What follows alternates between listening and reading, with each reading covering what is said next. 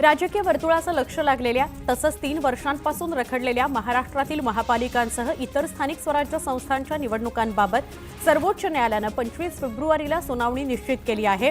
यावेळी महापालिकांमधील प्रभाग रचनेच्या मुद्द्यावर राज्य सरकार युक्तिवाद करणार आहे। त्यामुळे या सुनावणीमध्ये पालिका निवडणुकांचा मुहूर्त ठरतोय की लांबणीवर पडतोय याकडे सगळ्यांचं लक्ष लागलेलं आहे। दिल्लीतील मराठी साहित्य संमेलनाच्या उद्घाटन प्रसंगी पंतप्रधान नरेंद्र मोदी आणि शरद पवार एकत्र आले। दीप प्रज्वलनादरम्यान मोदींनी पवारांना पुढे बोलवून त्यांचा हात धरून दीप प्रज्वलन केलं। काँग्रेसचे माजी आमदार सहस्राम करोटे यांचा पक्षप्रवेश सोहळा झाला आणि एकनाथ शिंदेंनी जोरदार फटकेबाजी केली। वाघाचं कातडं पांघरून लांडगा वाघ होत नाही असं म्हणत उपमुख्यमंत्री एकनाथ शिंदे यांनी उद्धव ठाकरेंना टोला लगावला। आधे इधर आधे उधर मागे कुणीच नाही अशी उबाट्याची परिस्थिती आहे असं शिंदे म्हणाले।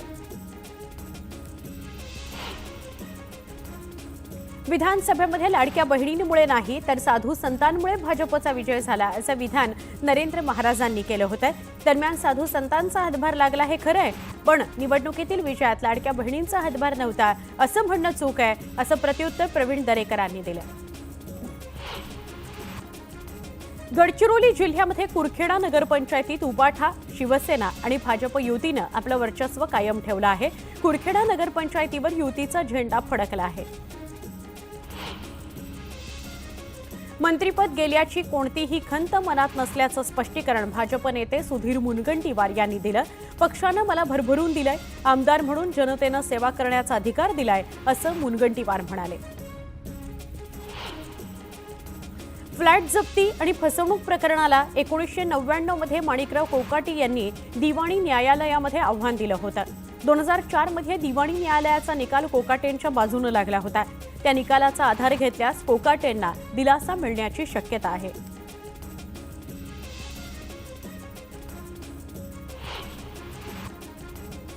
आता आपण एक महत्त्वाची बातमी बघूया। केंद्रीय गृहमंत्री अमित शहा हे आज पुण्याच्या दौऱ्यावर आहेत। सकाळी 11 वाजता केंद्रीय गृहमंत्री अमित शहा यांच्या उपस्थितीत गृह विभागाची एक बैठक आहे। या बैठकीला राज्याचे गृहमंत्री देवेंद्र फडणवीस, उपमुख्यमंत्री अजित पवार हे उपस्थित राहणार आहेत। तर हडपसरमधील विठ्ठल तुपे सभागृहामध्ये दुपारी 3 वाजता जनता सहकारी बँकेच्या हिरक महोत्सवी वर्षाच्या समारोपाला अमित शहा उपस्थिती लावणार आहेत। बालेवाडी इथं प्रधानमंत्री आवास योजना दुसऱ्या टप्प्यात 20 लाख लाभार्थ्यांना घरकुलांचं मंजुरीपत्र वाटप अमित शहांच्या हस्ते केलं जाणार आहे। अमित शहांच्या दौऱ्याच्या पार्श्वभूमीवर मोठा पोलीस बंदोबस्त पुण्यात तैनात करण्यात आलाय। तर शहांच्या दौऱ्यानिमित्त पुण्यातील वाहतुकीमध्ये सुद्धा काही बदल करण्यात आलेले आहेत। त्यामुळे खास करून पुणेकरांनी लक्षात घ्या, आज अमित शहांचा दौरा आहे पुण्यामध्ये, त्यामुळे पुण्यात वाहतुकीत काय बदल केलेले आहेत ते जरा समजून घ्या आणि मगच घराबाहेर पडा।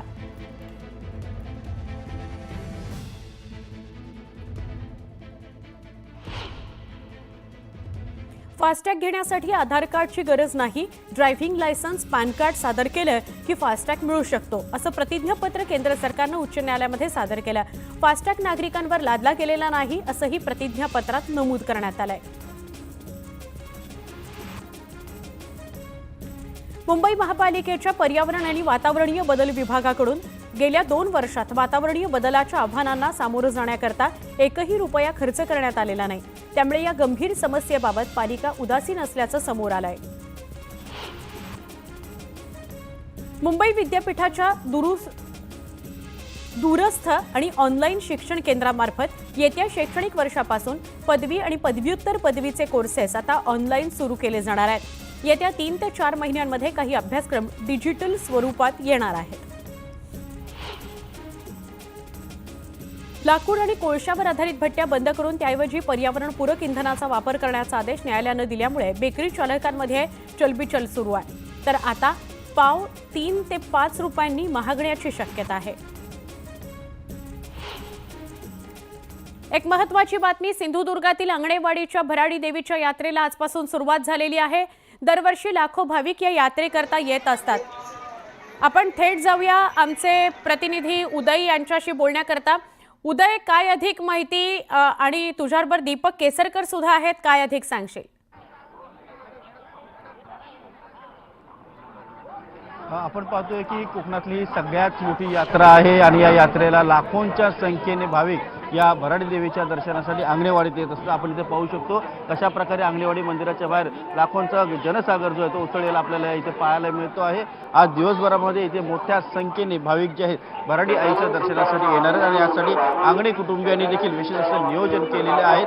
अनेक नेते असतील, अभिनेते असतील, ते देखील भक्तिभावाने इथे दर्शनासाठी येत असतात. आपण पाहत असाल या सर्व आजच्या या यात्रेच्या सोहळ्यामध्ये राष्ट्रीय नेते देखील एक भाविक म्हणून इथे आलेले आपल्याला पाहायला मिळतात. स्वतः दीपक केसरकर आहेत आपल्यासोबत, शिवसेनेचे नेते ते देखील इथे आलेले आहेत. तुम्ही देखील भराडी आईचं दर्शन घेतले, काय भावना आहे तुमच्या? दरवर्षी मी दर्शनाला येत असतो आणि लाखोचा जनसमुदाय या ठिकाणी मातेच्या दर्शनासाठी आणि आशीर्वादासाठी येत असताना अतिशय चांगली अशी व्यवस्था ही या ठिकाणी आपल्या आंगणे कुटुंबीय ज्यांची ही देवी आहे की कुलदेवता आहे आणि आंगणेवाडी विकास मंडळ मुंबई या दोघांच्या वतीने करण्यात येत असते आणि त्याच्यामुळे मी आंगणे कुटुंबियांचं मनापासून अभिनंदन करतो की एवढी चांगली सोय भक्तांची दरवर्षी ते करत असतात आणि भराडी मातेच्या आशीर्वादाने सातत्याने आमच्या जिल्ह्याची, सिंधुदुर्ग जिल्ह्याची प्रगती होत असते. ही योगायोगाची गोष्ट आहे की आजच नेमकी मातेची यात्रा होते आणि आमच्याकडे सर्वात जास्त लागवड ही काजूची आहे आणि त्या काजूच्या शेतकऱ्यांना त्यांचं उत्पन्न वाढावं म्हणून आम्ही ब्राझीलचा दौरा करतो आणि तो आजच नेमका होतो आहे. माझी खात्री आहे की चांगली बातमी ही जिल्हावासियांसाठी, कारण आम्ही काजूचं बोंड फुकट फेकून देत असतो आणि कोट्यवधी रुपयाची हानी होत असते आणि ह्याचं जर उत्पन्न शेतकऱ्यांपर्यंत पोचलं तर आमचा कोकणातला शेतकरी सुखी होऊ शकेल. आणि म्हणून मला वाटतं की ज्या अनेक योजना आमचं शासन हे कोकणासाठी राबवतं आहे त्या सगळ्या योजना फलद्रूप हो, भरभराट ही आमच्या घरोघरी येऊ आणि हा पर्यटन जिल्हा आहे.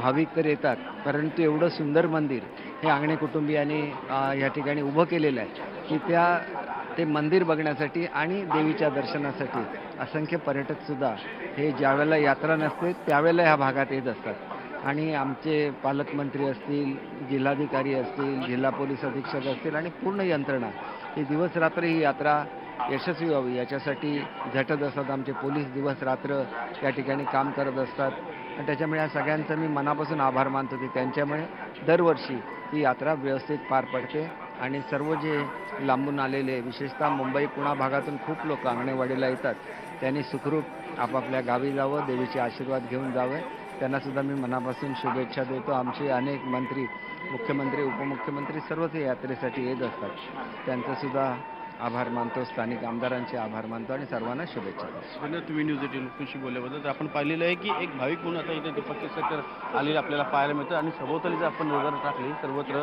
आपल्याला भराडी आईचे भक्त जे आहेत ते दर्शनाला आलेले आपल्याला इथे पाहायला मिळतात. सर्वत्र इथे गर्दी जी आहे ती उसळलेली आहे. आज दिवसभर गर्दी आपल्याला पाहायला मिळतात. मध्यरात्री भराडी आईची विधिवत पूजा जी आहे ती करण्यात आलेली आहे. जे 5 मानकरी असतात आंगणे कुटुंबीय येतील त्यांनी सर्वात प्रथम आईची ओटी जी आहे ती भरलेली आहे आणि त्यानंतर मग भराडी आईचं दर्शन जे आहे व्यवस्था ती सुरू झालेली आहे आणि त्यानंतर आता आपण इथे पाहतोय की मोठ्या संख्येने भाविक आलेले आहेत आणि ही गर्दी आज आपल्याला इथे दिवसभर जी आहे ती पाहायला मिळणार आहे. नक्की उदय, धन्यवाद. आपण ही सविस्तर माहिती दिली त्याबद्दल आणि केसरकरांशी बोललात त्याबद्दलही. अजून एका मोठ्या बातमीकडे आपण वळूया. मंत्री उदय सामंत राज ठाकरेंच्या भेटीला गेलेले आहेत. दादर इथल्या शिवतीर्थ या राज ठाकरेंच्या निवासस्थानी मंत्री उदय सामंत यांनी राज ठाकरेंची भेट घेतलेली आहे. ही भेट कोणत्या कारणासाठी, कशासाठी हे अजून समोर आलेलं नाही. अत्यंत प्राथमिक माहिती समोर येते. मंत्री उदय सामंत हे शिवतीर्थावर राज ठाकरेंच्या भेटीकरता गेलेले आहेत. पुन्हा एकदा वेगवान स्वरूपातल्या बातम्या.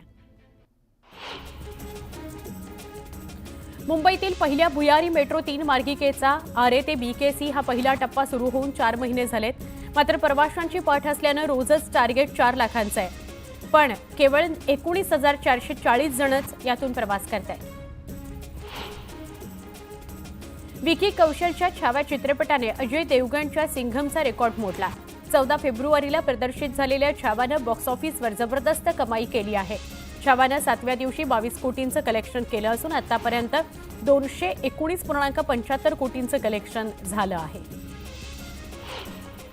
पश्चिम रेल्वेने प्रवाशांच्या सुविधेसाठी उपनगरीय नसलेल्या इतर विभागातील 200 किलोमीटरपेक्षा जास्त अंतराच्या प्रवासाकरता 3 दिवस अनारक्षित तिकीट बुक करण्याची सुविधा उपलब्ध करून देण्यात आली आहे. त्यामुळे प्रवाशांची आता गैरसोय टळणार आहे. मध्य रेल्वेनं एसी लोकलमध्ये विशेष तिकीट तपासणी मोहीम राबवली. या माध्यमातून 81,700 प्रवाशांवर कारवाई केली असून त्यांच्याकडून 2,07,00,000 रुपयांचा दंड वसूल करण्यात आलाय. उन्हाळा सुरू झाल्यामुळे सर्वत्र थंड पेय आणि रसाळ फळांना मागणी वाढली आहे. अशातच कलिंगडाच्या मागणीतही वाढ झाली आहे. कलिंगडाची आवक वाढली असली तरी बाजारात मात्र कलिंगडाच्या दरात घसरण झाली आहे.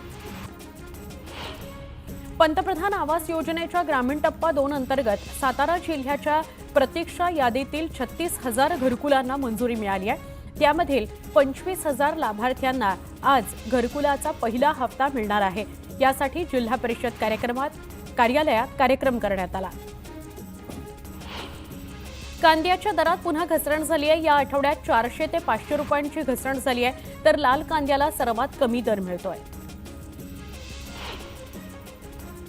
येत्या खरीप हंगामात देशात पावसाचं प्रमाण चांगलं राहण्याचा अंदाज व्यक्त केल्यानं ऊसाचं उत्पादन वाढण्याची शक्यता आहे.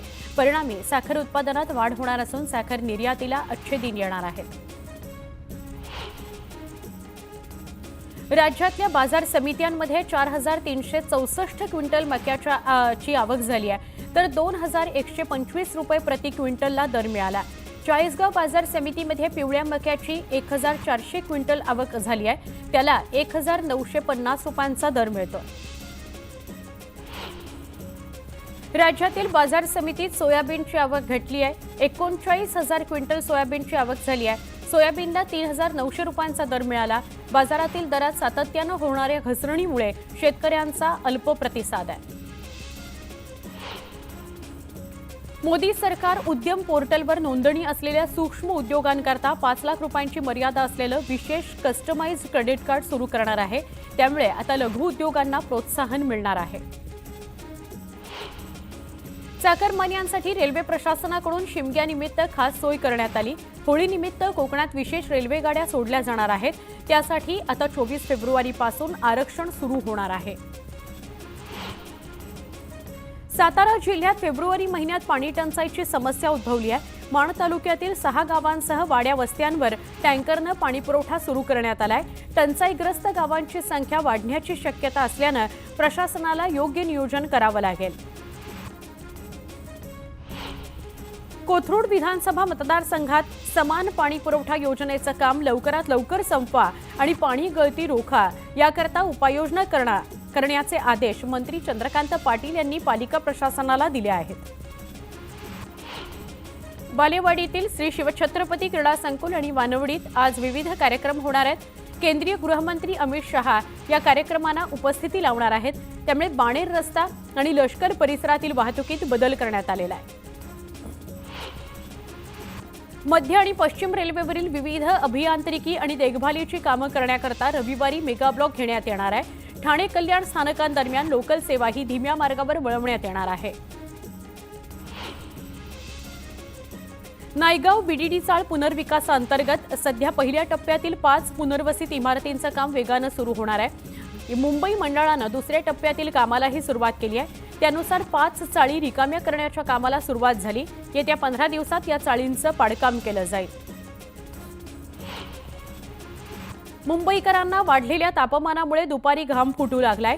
2 दिवसांपासून कमाल आणि किमान तापमानातही वाढ झाल्यामुळे दिवसभर उकाडा सहन करावा लागतोय.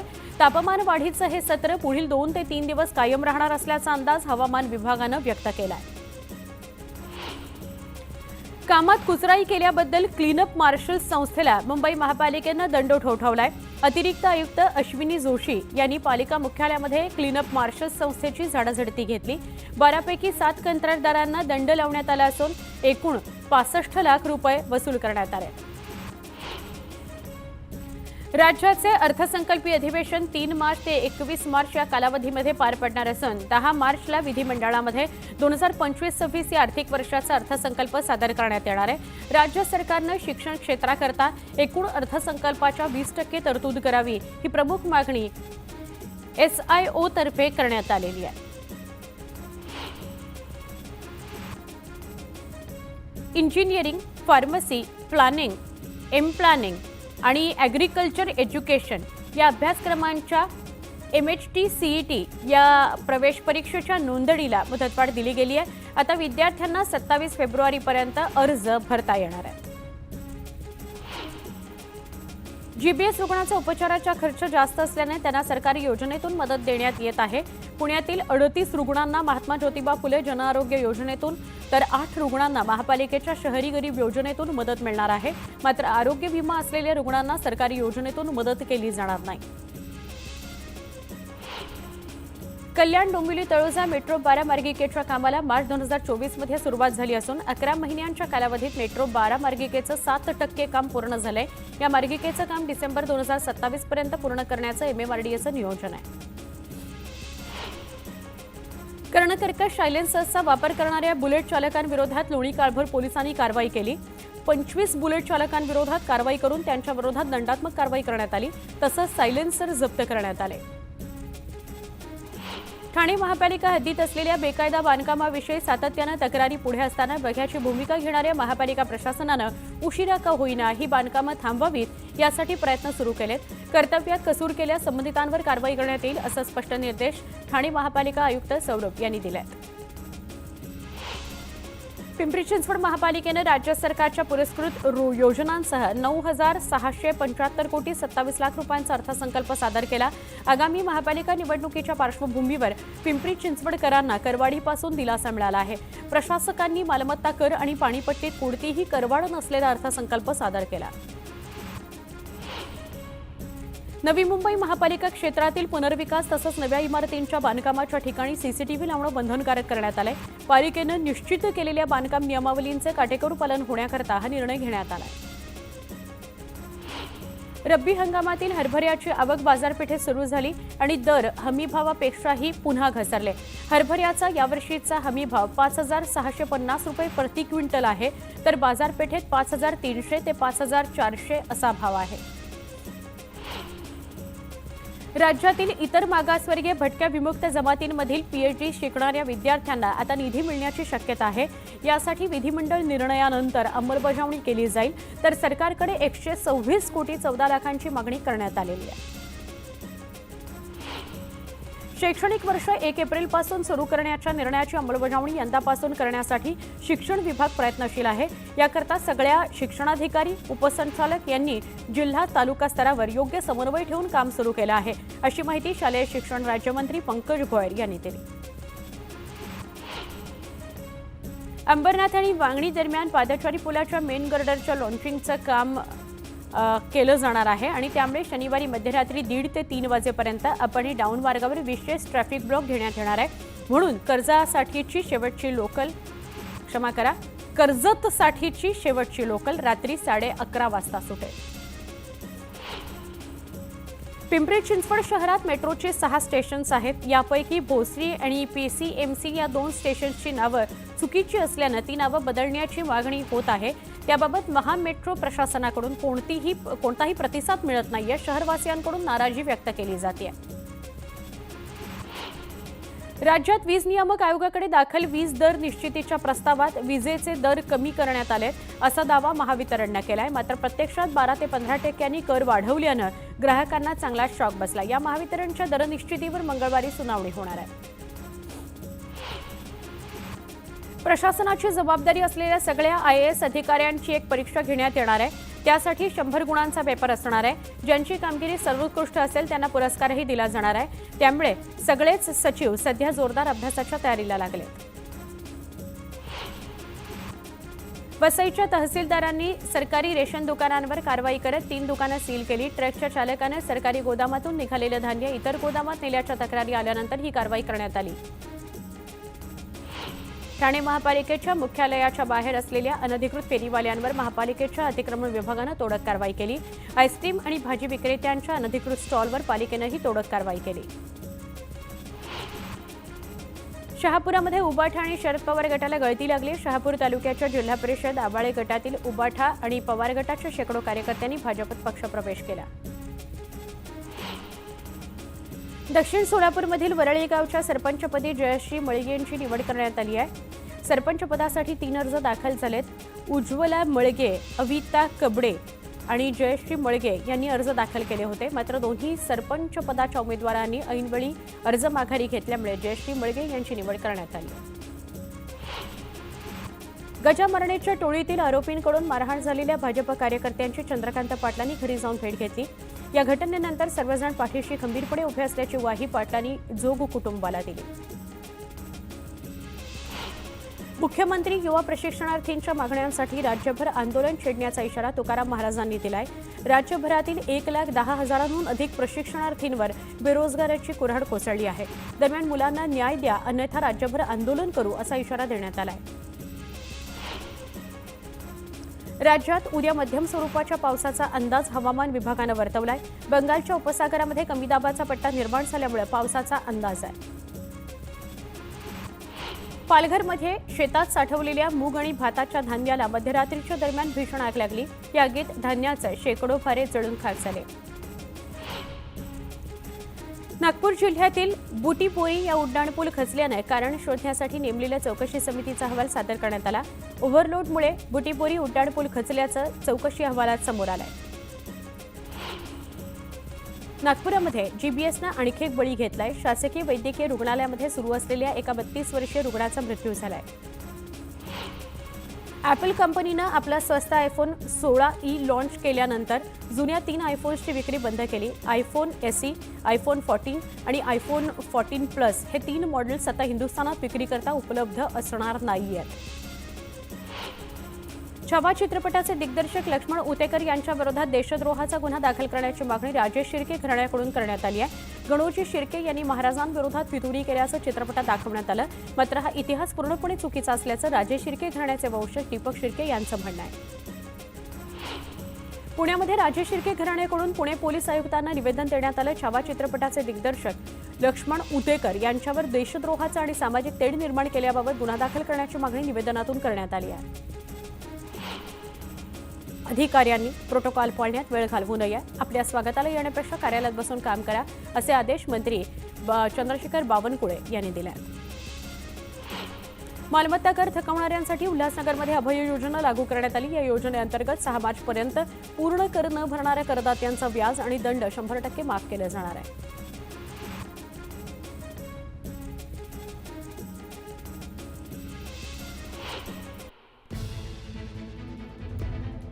ही महत्त्वाची बातमी. मंत्री उदय सामंत राज ठाकरेंच्या भेटीला गेलेले आहेत. राज ठाकरेंच्या दादरच्या शिवतीर्थ या निवासस्थानी जाऊन त्यांनी राज ठाकरेंची भेट घेतलेली आहे. मराठी भाषा दिनानिमित्त आयोजित कार्यक्रमाचं निमंत्रण देण्याकरता मंत्री उदय सामंत हे मनसे अध्यक्ष राज ठाकरेंच्या घरी गेले. त्यांनी वेळ मागितलेली होती आणि त्यानंतर आज राज ठाकरेंना कार्यक्रमाचं निमंत्रण दिल्याचं उदय सामंत यांनी म्हटलं आहे. ही सकाळी भेट झालेली आहे. उदय सामंत राज ठाकरेंच्या घरी गेले आणि त्यांना कार्यक्रमाचं निमंत्रण देण्यात आलेलं आहे. आमचे प्रतिनिधी राहुल जोरी यांच्याशी बोलूया. राहुल, काय अधिक माहिती? शनिवारच्या सकाळी उदय सामंत राज ठाकरेंना भेटायला गेले होते. अगदी शिवसेनेचे उद्योग मंत्री उदय सामंत यांनी आज सकाळीच राज ठाकरे यांची भेट घेतलेली आहे. एकंदरीत मराठी भाषेच्या दिनासंदर्भातल्या कार्यक्रमाचं निमंत्रण देण्यासाठी आपण राज ठाकरे यांना भेटणार असल्याचं उदय सामंत यांनी सांगितलेलं आहे. मात्र तरी देखील मागच्या काही दिवसात खास करून विधानसभेच्या निवडणुकांनंतर शिवसेना शिंदे गट विरुद्ध राज ठाकरे यांची मनसे हा जो वाद आहे कुठे ना कुठे यानं त्या कारणावरून रंगताना दिसत होता. खास करून ज्यावेळी अमित ठाकरे यांच्या विरोधात शिवसेनेनं उमेदवार दिला आणि यामध्ये शिवसेना किंवा मनसेचा नाही तर उद्धव बाळासाहेब ठाकरे गटाचा उमेदवार निवडून आल्यानंतर हे संबंध अजूनही जास्त ताणले गेल्याची वारंवार चर्चा होत असते.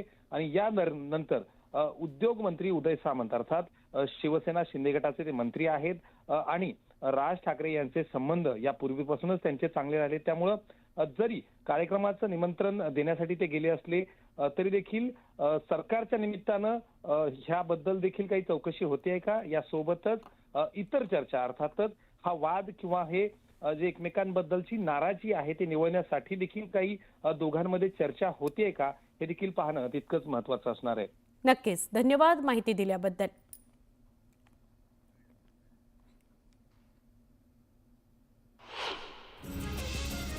आमदार श्वेता महाले यांना धमकीचं पत्र आलंय। या प्रकारानंतर महालेंचे कार्यकर्ते आक्रमक झाले। भाजप कार्यकर्त्यांनी पोलीस स्टेशनमध्ये घुसून आरोपीला तात्काळ अटक करा अशी मागणी केली। बुलडाण्याच्या चिखलीत भाजप कार्यकर्ते आक्रमक झालेत। पुणे नागपूर महामार्गावर भाजप कार्यकर्त्यांनी चक्काजाम आंदोलन केलं। आमदार श्वेता महालेंना धमकी देणाऱ्यांवर कारवाई करण्याची मागणी आंदोलकांनी केली। गेल्या काही दिवसांपासून सोन्याच्या दरात सातत्यानं वाढ होतीये। सोन्याचा दर 88,800 तर चांदीच्या दरानं 1 लाखाचा टप्पा गाठलाय। त्यामुळे ग्राहकांनी आता सोनं खरेदीकडे पाठ फिरवल्याचं दिसून येत आहे। माजी मंत्री सुभाष देशमुखांविरोधात दाखल झालेल्या तक्रारीबाबत लोकायुक्तांसमोर सुनावणी होणार आहे।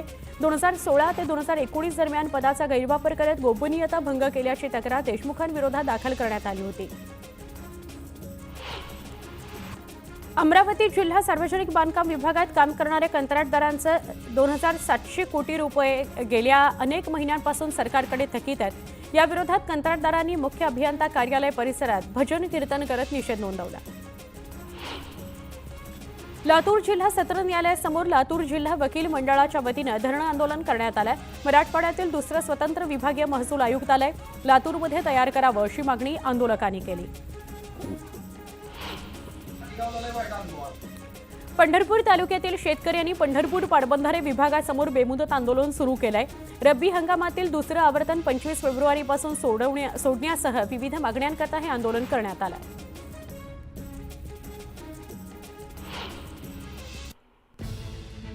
एक महत्त्वाची बातमी, मुंबई लोकलचा अभ्यास आता IIT मुंबईकडून करण्यात येणार आहे। लोकल सेवेला दरवर्षी 3,000 कोटींचा तोटा होत असतो। हा तोटा कमी करण्याकरता आणि लोकलची वाहतूक क्षमता वाढवण्याकरता कोणत्या उपाययोजना आवश्यक आहेत याचा अभ्यास करण्याकरता IIT मुंबईची निवड करण्यात आली आहे। लोकलची क्षमता वाढवणं, AC लोकलच्या तिकीट दराची पुनर्रचना, तोटा कमी करण्याकरता उपाययोजना आणि लोकल सेवेचे वेळापत्रक याचा अभ्यास IIT मुंबई करणार आहे।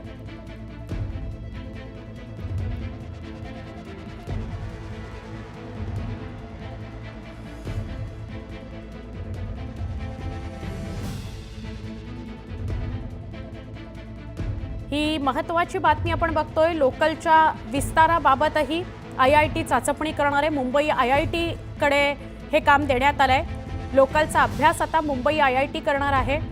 लोकलला दरवर्षी 3,000 कोटींचा तोटा होतो। हा तोटा कसा भरून काढायचा, काय उपाययोजना करता येतील, तिकीट दरात पुनर्रचना कशी करता येईल, या सगळ्या संदर्भात IIT मुंबई आता अभ्यास करणार आहे। तिकीट दर, वेळापत्रक या सगळ्याचाच अभ्यास करेल IIT मुंबई। ही फार महत्त्वाची बातमी आहे। हजारो लाखो लोक रोज लोकलवर अवलंबून असतात। लोकल ही फास्टेस्ट पोहोचण्यासाठी त्यांच्याकरता सोय असते। ऑफिसपर्यंत पोहोचणं, घरापर्यंत पोहोचणं हे फक्त वेगानं लोकलनेच शक्य होतं।